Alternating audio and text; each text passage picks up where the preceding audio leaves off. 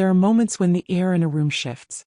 Not because someone speaks or something moves, but because something small and invisible, passes between two people.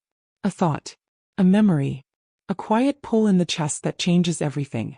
I had a moment like that once. And though the years have folded themselves gently over it, like pages in a well-read book, I still remember the feeling. Soft, strange, unforgettable. But before I tell you everything, may I ask, where are you listening from? A small town with porches and crickets? Or a busy apartment where the traffic hums outside your window?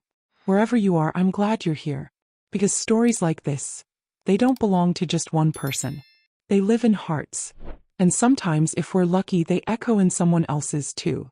It started on a Tuesday afternoon that felt like every other. I was folding towels in the laundry room, white ones I'd picked up on sale a few months back. Soft, sturdy, nothing fancy. The kind that gets the job done and lasts through the years. There was a faint scent of lavender from the dryer sheets, mingling with the chamomile tea I'd set out on the kitchen table. Golden light slipped through the lace curtains, falling in soft stripes across the hardwood floor. The kind of light that makes you pause for a second without knowing why. Outside, the trees swayed just enough to make the leaves whisper, but not enough to call it wind. I had planned to spend the late afternoon on the porch with a photo album I'd taken down the night before. That's something I do now and then, flip through the old days. See those younger versions of us frozen in sun-faded prints. Sometimes I smile. Sometimes I just sit quietly and remember. I didn't expect a knock at the door. 3 short raps.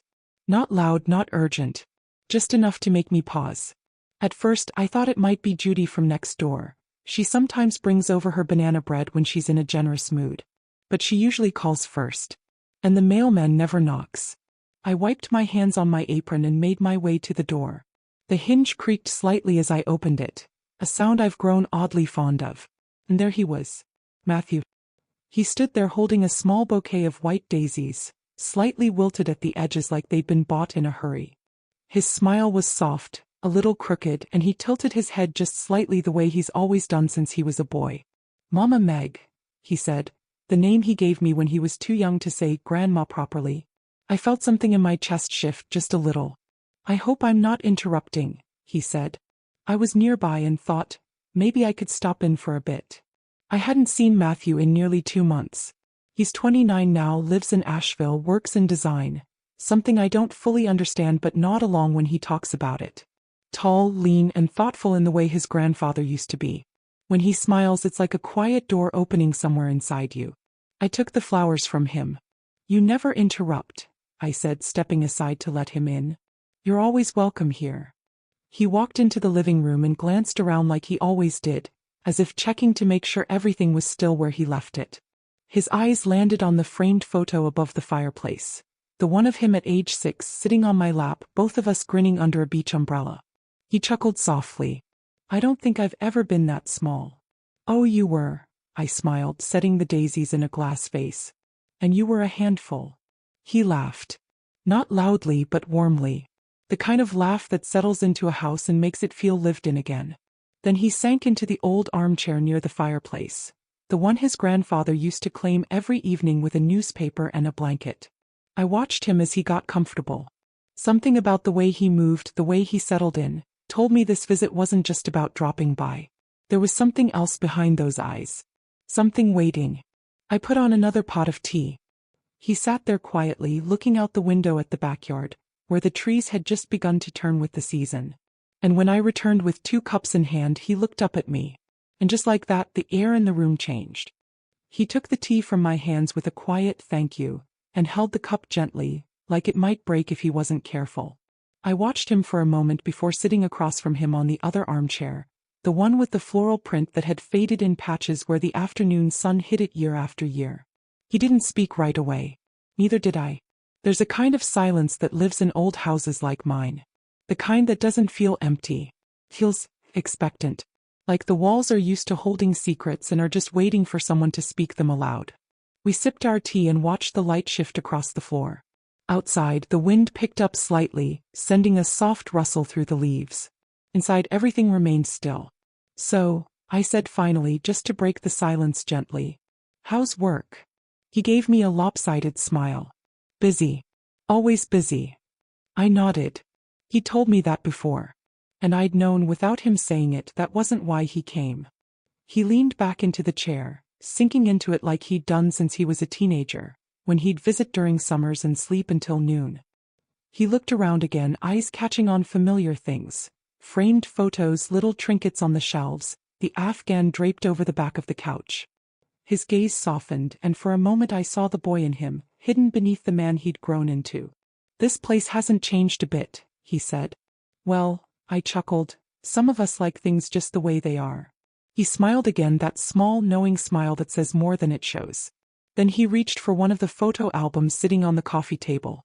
It was already halfway open. I'd been looking through it just yesterday. He flipped through the pages slowly, carefully, as if turning too fast might disturb the memories tucked between them. His fingers paused on a photo of Robert and me. Our picnic at the lake, him in his favorite old hat, me with a red scarf tied around my hair and my cheeks pink from the sun. Matthew looked at it a little longer than the others. You looked really happy, he said. I replied softly. We had our tough times, but he loved me in a way that never made me question myself.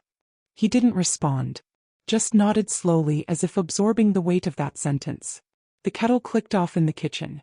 I didn't move to get up. Neither did he. Something was beginning to settle between us. Not tension, not discomfort, but something else. Something unnamed. Grandma, he said after a long pause. Do you ever feel, I don't know, out of place? Like the world just keeps moving forward and you're not sure where you belong in it anymore.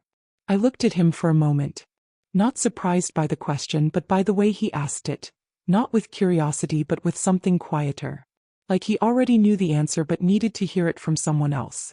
All the time, I said. He looked down at his hands, turning the teacup slowly between his fingers.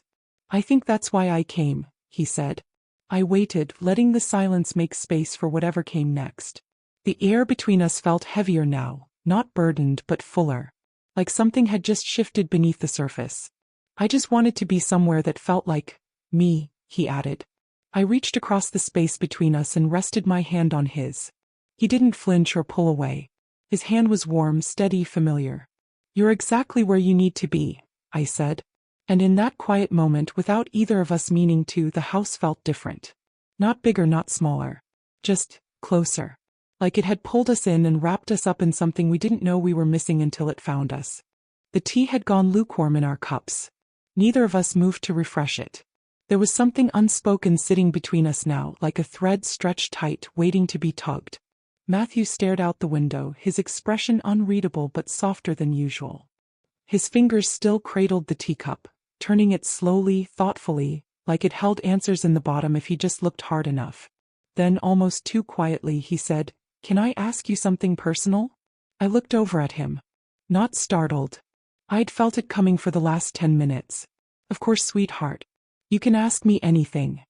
He nodded once, then took a breath. Not deep. Just steadying. Have you ever been lonely? He asked. I mean, really deeply lonely? The words floated in the air for a second, like they didn't quite know where to land. And then they did. Right in the center of my chest. I didn't answer right away. Not because I didn't know, but because the truth of it sat so close to the surface I was afraid if I opened my mouth too quickly, it might spill out all at once. Yes, I said finally. Quiet but firm. More times than I can count. He didn't look surprised. If anything, he seemed relieved. Like he'd asked a question he'd been holding on to for too long and was afraid no one else would understand. There was a long silence after that. The kind that doesn't press or demand. The kind that just breathes. Matthew nodded slowly, his eyes still fixed on something far beyond the window. I've been feeling that way a lot lately, he said. And I didn't really know who to talk to about it. I didn't speak. I just listened. Because sometimes that's all someone really needs. Someone to be still with them while they speak something they've never said aloud. He went on. His voice low, not heavy but careful. It's strange. I'm surrounded by people all the time. At work. In the building where I live. There's always someone texting, calling, inviting me somewhere. But it all feels like noise. Like none of it really touches anything inside. I knew that feeling. That exact shape of emptiness. When your days are full but your heart is hollow. When conversation feels like performance and silence feels like drowning. I think that's why I came here, he continued. Not just to see you, though I missed you, but because I knew you'd understand. I reached over and placed my hand on his again. This time he turned his palm up and held mine back. His fingers were long and warm and still had that faint scent of the soap he always used when he was a boy. I understand more than you know, I said. He looked down at our hands, and for a moment neither of us spoke. The wind outside had picked up, rustling the trees in the backyard. A loose leaf skittered across the porch. Inside everything was still. That was the moment the air shifted. Not loudly, not dramatically, but fully. Something changed between us. I felt it in the weight of his gaze when he looked at me again, not with desperation, not with expectation, but with something raw, something real. There was no question, no request, just the quiet fact that we had reached a deeper place in each other's company, a place not often visited. You don't have to say anything, he said. I just needed to let it out. I nodded and squeezed his hand gently. I'm glad you did. We sat that way for a while, two people decades apart in age but not in feeling. The same ache, the same quiet longing, just shaped by different lives. Eventually he stood and stretched like he'd been holding something physical in his body and finally let it go.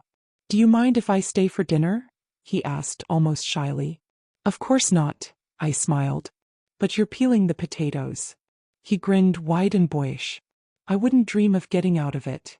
As he walked toward the kitchen, I looked down at our 2 teacups, untouched for nearly an hour now, and realized something had changed in me too. Not everything, but something. And it began with 6 quiet words.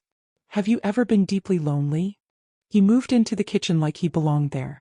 Not with confidence or familiarity, but with a quiet ease, the kind you only carry in places where you've been loved without question. I watched him roll up his sleeves, rinse his hands under the faucet, and pull the potatoes from the wire basket near the sink. He found the peeler in the right drawer without asking. That small detail made something stir in me. He remembered. He remembered where things were, how I liked the kitchen organized even after all these years. That shouldn't have meant so much. But it did. He hummed softly as he worked, a tune I didn't recognize. Maybe something from the radio. Maybe just something in his head. It filled the room, not loudly but like steam rising from a warm cup. I set the table, slow and deliberate. The plates were chipped along the edges, the same ones I'd used for over 2 decades. I thought, fleetingly, about how many dinners had been served on them, how many conversations, how many silences. Tonight would be another. But something about this one already felt different. We ate simply, roast chicken, mashed potatoes, green beans from a can. He complimented the meal, not out of politeness but with genuine warmth, and I found myself smiling more than I expected. We didn't talk much during dinner. Not because there wasn't more to say, but because sometimes silence is more honest than words. There was comfort in the sound of forks against plates, the occasional sip of water, the creak of the old wooden chairs when we shifted. Afterwards we cleared the table together. He rinsed the dishes while I dried. Our movements fell into rhythm like a song we both remembered but hadn't sung in years. I handed him a towel without looking, and he took it without needing to ask. When the last dish was stacked and the counter wiped clean, I stepped out onto the front porch. The night air was cooler now, carrying the scent of honeysuckle and damp earth. The kind of scent that only comes at the edge of summer when the days begin to grow tired of being long. He joined me after a few minutes, a blanket draped over one arm. I didn't ask where he'd found it. I didn't need to. We sat side by side on the old porch swing. The chain creaked gently under our combined weight, a sound as familiar as breath. He draped the blanket across both our laps without a word. Our arms touched lightly. I didn't move away. The stars were just starting to appear, blinking one by one into the darkening sky. Somewhere far off, a dog barked. A car passed on the road. But mostly there was quiet. I always loved this porch, he said. I know, I replied. He turned to me then, his face partially lit by the porch light, and for a moment I could see every version of him. The boy with scraped knees, the teenager with quiet eyes, the man who now sat beside me with something unspoken on his mind. I used to think being grown up meant having answers, he said. But lately I just feel like I have better questions. I didn't say anything. I just reached over and placed my hand on his knee. A simple touch. Steady. Not invasive. But grounding.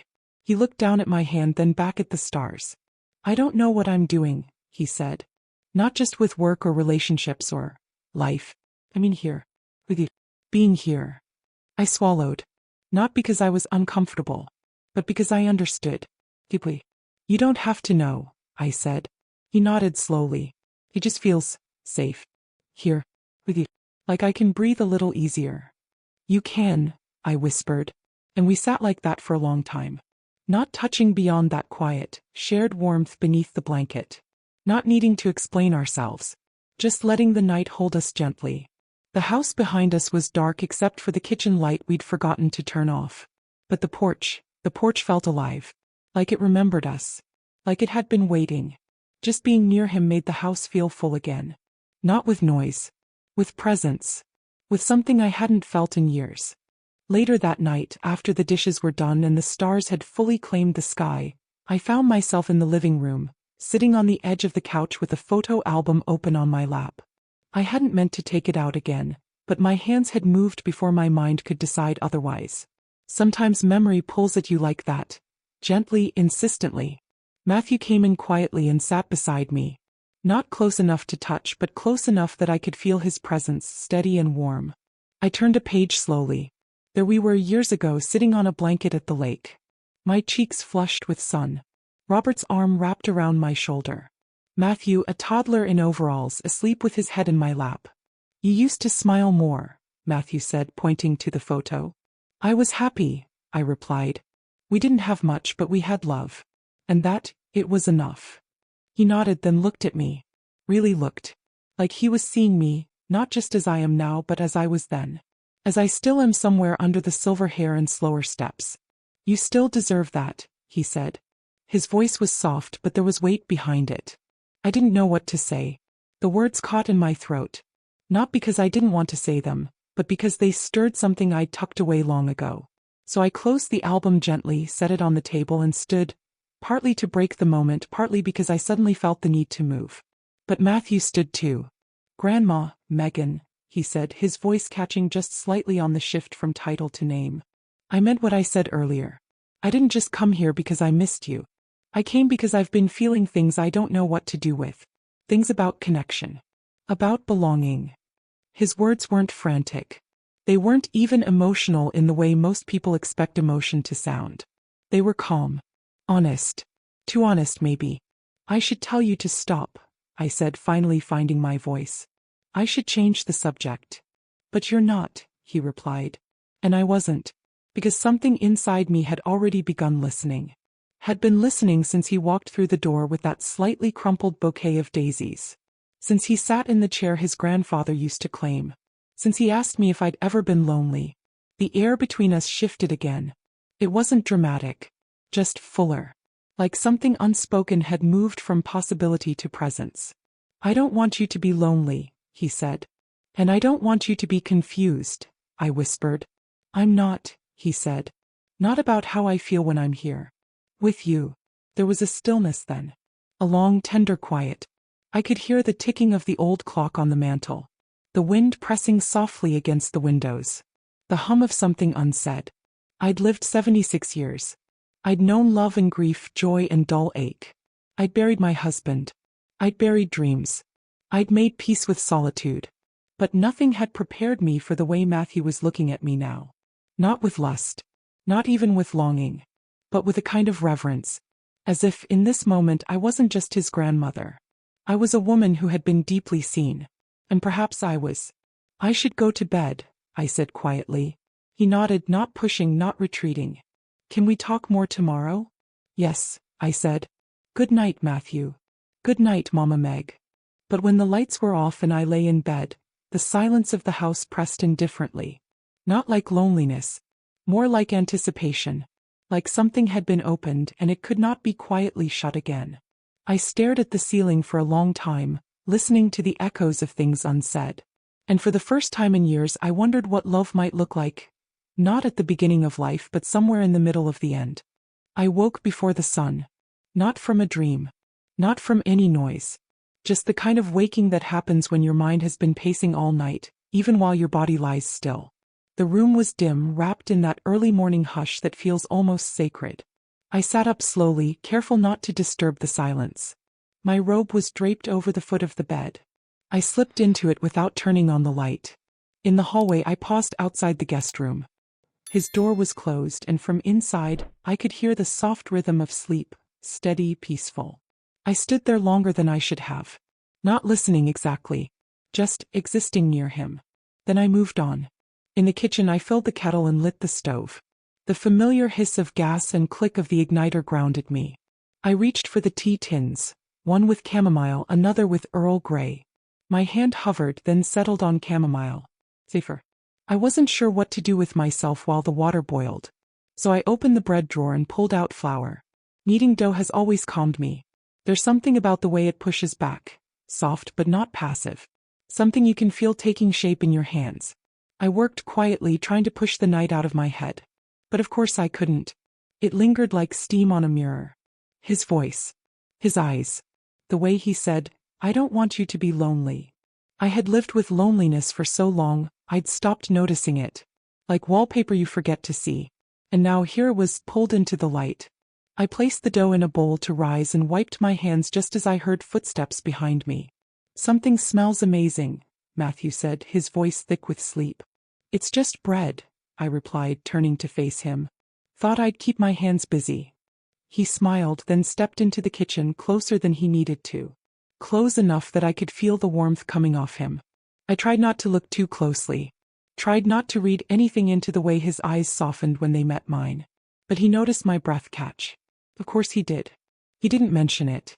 Just poured himself some water and leaned against the counter. We stayed like that for a while. Me at the sink, him at the counter. Two people occupying the same space, but with a gravity that pulled us inward, not apart. "Do you want to go for a drive later?" he asked. "Maybe down to the lake?" I nodded. That would be nice. We spent the rest of the morning quietly. He read the newspaper, the real paper kind, not on his phone. I watered the plants. We said little. But it wasn't silence born of avoidance. It was a silence that held something between us.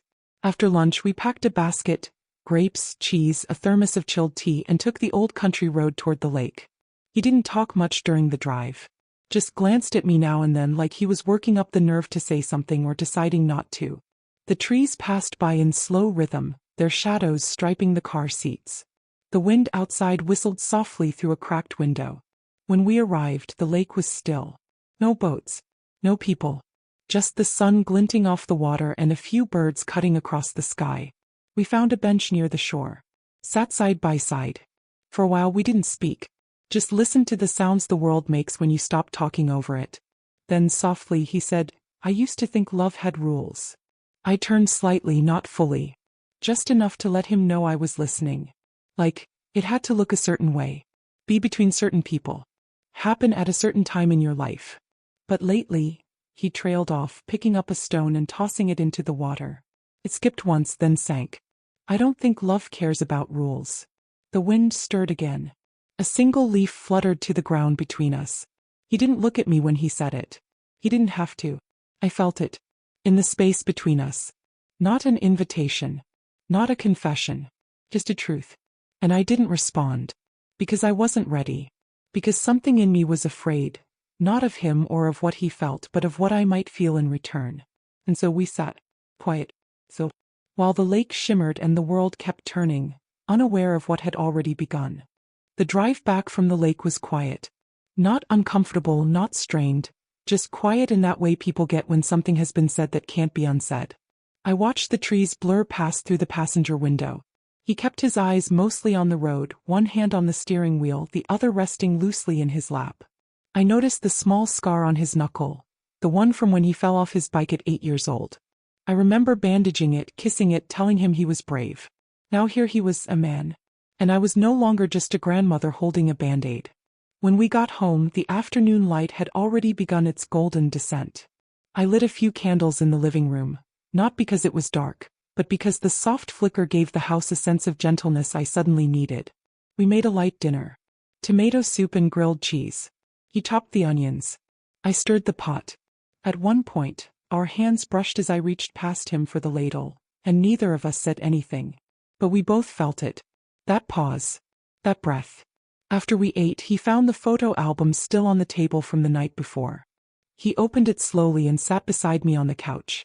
The same couch we'd sat on 1,000 times before, but somehow now, it felt like new territory. He didn't say much. Just turned pages, occasionally letting his fingers linger on certain photos. He rested his head lightly against my shoulder. And I let him. I shouldn't have. I know that. But something about that moment didn't feel wrong. It felt like something returning, not something beginning. Not passion or confusion. But closeness. Familiarity. The kind that asks for nothing but presence. When he stood to go to bed, he paused in the hallway, his back turned to me for a second too long.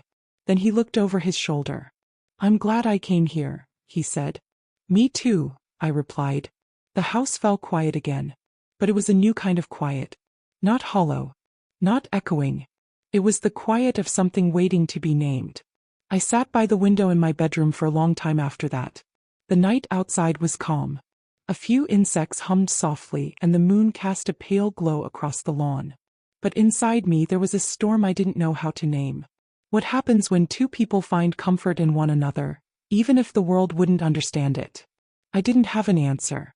But I knew the question wouldn't go away. I finally crawled into bed and tried to sleep. I thought maybe rest would smooth the edges of my thoughts. It didn't. I woke before the sun again, just as I had the day before. This time when Matthew came into the kitchen he looked softened. Like the silence of the night had soothed something in him too. "Morning, Mama Meg," he said. "Morning, love." We sipped tea in silence, seated across from each other at the small table worn from decades of breakfasts and quiet conversations. He held his cup with both hands, elbows on the table. I watched the steam rise and curl between us. Then he set his cup down and looked at me. "I didn't sleep much last night," he said. I nodded. "Me either." "I was thinking," he paused, "about us. About what's happening between us. I know it's not something we can name easily. But I don't want to pretend it isn't real." I stared down into my tea. The swirl of steam felt like a question. "I've spent a lot of years missing things," I said slowly. "Missing your grandfather. Missing being seen. Being touched even. I buried those needs because I thought that's what women my age are supposed to do." He reached across the table and took my hand. His touch was steady. Warm. "You don't have to keep burying them," he said. My eyes stung unexpectedly. I hated how raw I felt. How exposed. But more than that, I hated how right he was. "I didn't think I'd ever feel close to anyone again," I whispered. "Not like this. Not in this way. You're not alone anymore," he said. And he meant it. Not as a promise. Not as a vow. But as a truth. Plain and quiet and real. The next morning came with a kind of stillness I hadn't felt in a long time. Not silence, but softness. Like the house itself was tiptoeing around something delicate. Matthew slept in longer than usual. I didn't disturb him. Instead, I stayed in the kitchen, shaping dough into small rounds for the oven. The warm scent of yeast and flour filled the room, and for a while, my hands were busy enough to quiet the churn of thoughts still spinning behind my ribs. When he finally appeared, his hair still tousled and shirt slightly wrinkled, he greeted me with a quiet morning, and I returned it with a smile.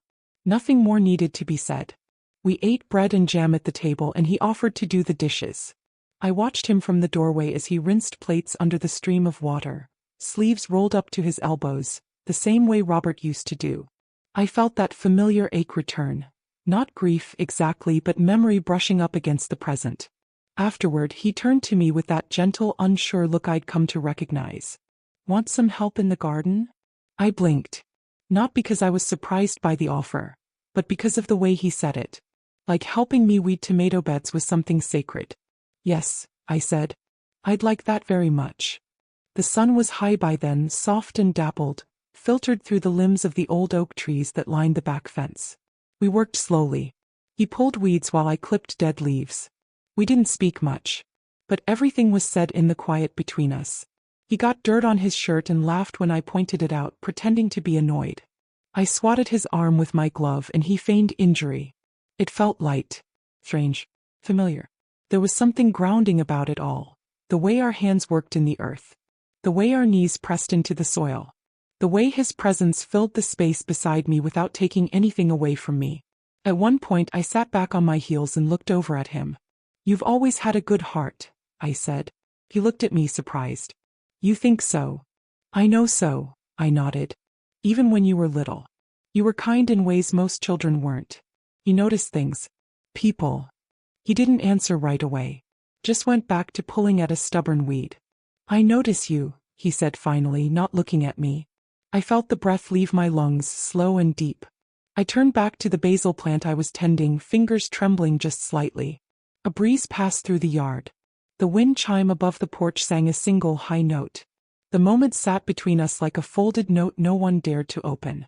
Later, when we'd finished, we sat on the back steps with glasses of cold tea, our hands still stained with soil. His arm rested just beside mine, close enough to feel the warmth. Not quite touching, but close enough. He looked out over the yard. The garden beds. The trees. The sagging shed in the far corner. You really built something here, he said. It's kept me steady, I replied. Even when nothing else did. He turned to me then. Not fully. Just enough. I want to help you keep it going. My eyes welled unexpectedly. Not from sadness. Not even from joy. But from the weight of being seen. Truly seen. Then you're already doing it, I said softly. We sat like that until the light began to change again, shifting toward gold. His shoulder brushed mine lightly. And this time I didn't pull away. Not because I forgot who we were. But because, for the first time in a long time, I remembered who I still was. That evening I stepped out onto the porch just after dinner. The air was soft with the scent of honeysuckle, and the sky wore that gentle indigo that comes only in August, just before the stars show themselves. The house behind me was quiet. Matthew was inside washing up. I didn't offer to help. I needed a few minutes to be still, to listen to the hum in my chest that hadn't gone away since the garden. I wrapped a light cardigan around my shoulders. The wood beneath my feet was warm from the day's sun. I sat down on the porch swing and let it sway slightly. The chains creaked the way they always had. Then the door opened behind me. He didn't say anything at first. Just stepped outside and stood beside me at the railing, his hands resting on the wood, his eyes scanning the darkening sky. Can I ask you something? He said quietly. Of course. He didn't look at me when he asked. If things were different, if I weren't your grandson, would you feel the same way you do now? I didn't answer immediately. Not because I didn't know, but because the answer was too heavy to lift easily. Yes, I said at last. I would. He nodded slowly, still not looking at me, just breathing, processing. I don't think it's wrong, he said, to love someone who loves you back, even if the world would never understand it. I nodded almost imperceptibly. The world doesn't have to understand everything. He turned to face me just slightly. Sometimes I forget you're my grandmother, he said. Not in a disrespectful way, but when I'm around you, I just feel like I'm with someone who sees me, all of me, and I see you too. Not as old, not as separate, just as you. I didn't know what to say to that. My throat was tight. My heart was louder than it should have been. We sat in silence again. But it wasn't cold. Or hesitant. It was the kind of silence that says, I feel what you feel. Even if we never say it out loud. Eventually he moved toward the swing and sat beside me. He didn't touch me. Didn't reach for my hand. But the space between us was no longer empty. He looked up at the sky. The first star had appeared. You remind me that I'm still alive, he said softly. I turned toward him. You remind me of who I used to be, I replied. And sometimes, of who I still am. He glanced at me then, his eyes soft, without demand, without fear. I don't want anything from you, he said. Just this. Just to be here. With you. And in that moment I believed him. Entirely. No promises. No future. Just presence. Just the quiet, unspoken truth between two souls. Too far apart in the world's eyes, but impossibly close in their own. The next morning I woke before the sun again. The house was still, that deep kind of quiet that only exists before the world remembers itself. I moved through the hallway slowly, barefoot, careful not to wake him. When I passed the guest room I paused. The door was slightly open. I heard his breathing, soft and even. I kept walking. In the kitchen, the kettle had barely begun to hum when I felt him enter the room. No footsteps, just the change in the air. He didn't speak right away. Neither did I. He poured us both tea just as he had the day before. sat down across from me at the table worn smooth by years. We sipped slowly, letting the warmth fill the spaces we didn't have words for. Then he looked up at me, and for a long moment he just held my gaze. "I didn't dream last night," he said. "Me neither," I replied. "I think that means something," he said. I smiled just a little. "It means we were too full to dream." We sat in the kind of silence that knows things. The kind that doesn't ask for answers. Finally I walked to the sink and stared out the window. The sky was pale, almost silver. The tomatoes in the garden were just beginning to ripen. Behind me he spoke. "I don't know what this is," he said. "What we're becoming. Maybe it doesn't need a name," I said quietly. And I meant it. Because sometimes love doesn't arrive with definition. It doesn't come with a label or a plan or a future. Sometimes it just shows up, quietly, and sits beside you on a porch swing. It washes dishes. It helps you stake your tomatoes. It sleeps down the hall, close enough to hear breathing. And sometimes, it lives in the space between a question unasked and a hand not yet held.